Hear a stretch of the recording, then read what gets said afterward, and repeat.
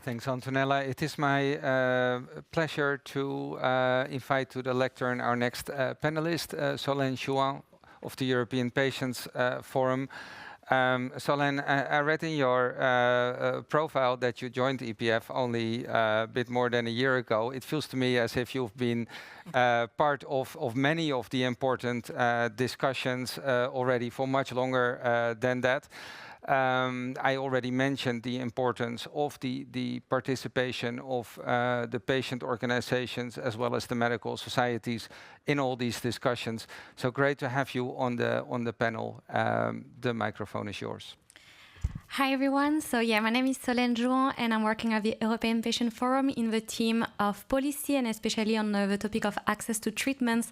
That's why, yes, I'm working on the topic of HTA, and indeed it has been only a year and a half that I am at EPF, but yeah, I have been working a lot on HTA the past year. So maybe something I would like to start, and actually it will echo what Antonella just said, is like for us it has been very, this past year, a very significant learning experience. I mean, we have learned so much.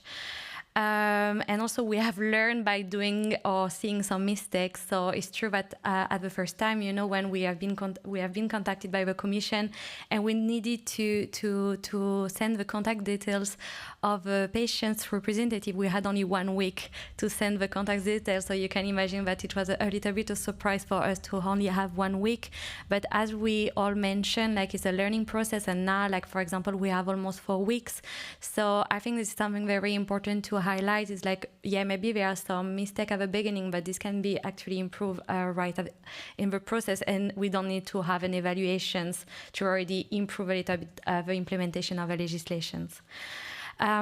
Also, during this past year, and for that I would like to thank actually CPE and especially Josephine and Frédéric, but we have already actually discussed on how we can improve the process, also thinking about how we can improve it in terms of the evaluation of the HTA regulation.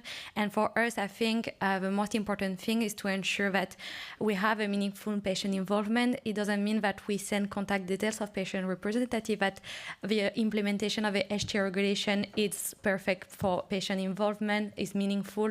Now, to be meaningful is like the patient's input are taking into account that they are they can be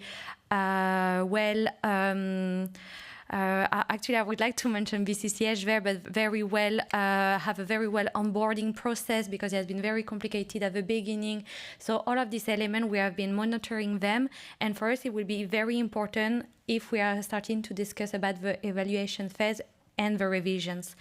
And for us, what we really want to know is, I mean, I only put 6 elements, but we can definitely discuss about some of them more and during also the panel discussion. But maybe the 2 ones, so of course, patient involvement in the HTA stages. So we want to be sure that the patients can really understand how they are like involved, how they can provide input. And for that, we have been discussing already with other patient organizations and also with BCCH, but it's very important that the patient can feel very well welcome in this process.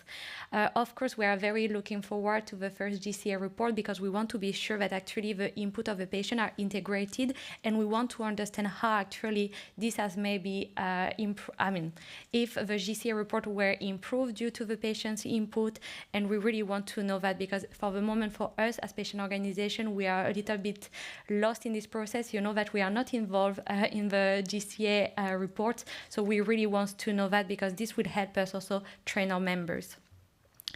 The question of diversity, I mean, I think this is something we have been discussing with Frédéric and Josephine at CPE for a long time, but you know that for the moment, only patients that can speak a very proper English can participate to the GCA. This is for us a little bit problematic, because we want to be sure that there is a diversity of patients that can participate in this kind of procedures, and it's also for us not very good equality if only patient with a proper English can participate, because usually if you speak a proper English, is maybe you come from a social economic background that is a little bit more, you manage to go to university, etc. We want to be sure that everyone and every patient wherever they're coming from, can participate in HTA at EU level. So this is something we really like to see improve in the coming years. Of course, it's the first year of the HTA process and the implementation, but this is something we really want to highlight. Accessible materials, for the moment, we know that the first document that the patient expert received were quite complex. It can be also quite impressive to receive hundreds of pages. The goal is like you need to ensure that the patient can understand what they need to report and also to understand comfortably what they need to assess. So we would like to see if we can improve the process on that and to ensure that lay languages document can be also sent to the patients. And something very important also for us is the role of us, patient organizations. For the moment, yes, we are involved in the different, I'm a little bit out of time, so I will rush, but it's something very important for us. We are involved at some different working group at with the HTA Secretariat. We are involved in sending the name of a patient representative, but then we are a little bit lost, and we know that inside the proposal of the commissions, inside the HTA regulation, it's possible for patient organization to be far more involved. So we would like to have a little bit of certainty on this. We are actually also at EPF monitoring what is going on at the national level. In some countries, there were not HTA offices, but we know now, and especially for one of our members in Cyprus, the patient organization and also the patient expert are starting to be involved, and it was not the case before. So we are trying actually with a barometer at EPF to monitor what is going on at the national level and how the EU HTA regulation is also improving the system. And finally, something maybe for us very, very important is like we have been asked, and we are like part of this implementation of the HTA regulation. I think we did an amazing job as patient organizations, but it's a voluntary job what we are doing. We receive no public funding for what we are doing, and we have been asked to make the HTA regulation more aware for the patients, for the other patient organization at the national level. But this means that we take a lot of time, and we consider that what we are doing and our work should be also remunerated. Thank you.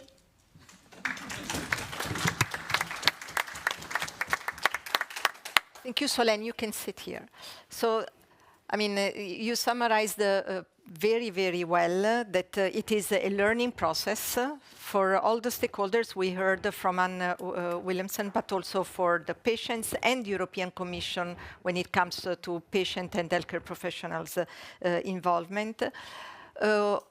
Although we still need to see if the patient involvement is a meaningful involvement into the system. So we're waiting now for the first JCA.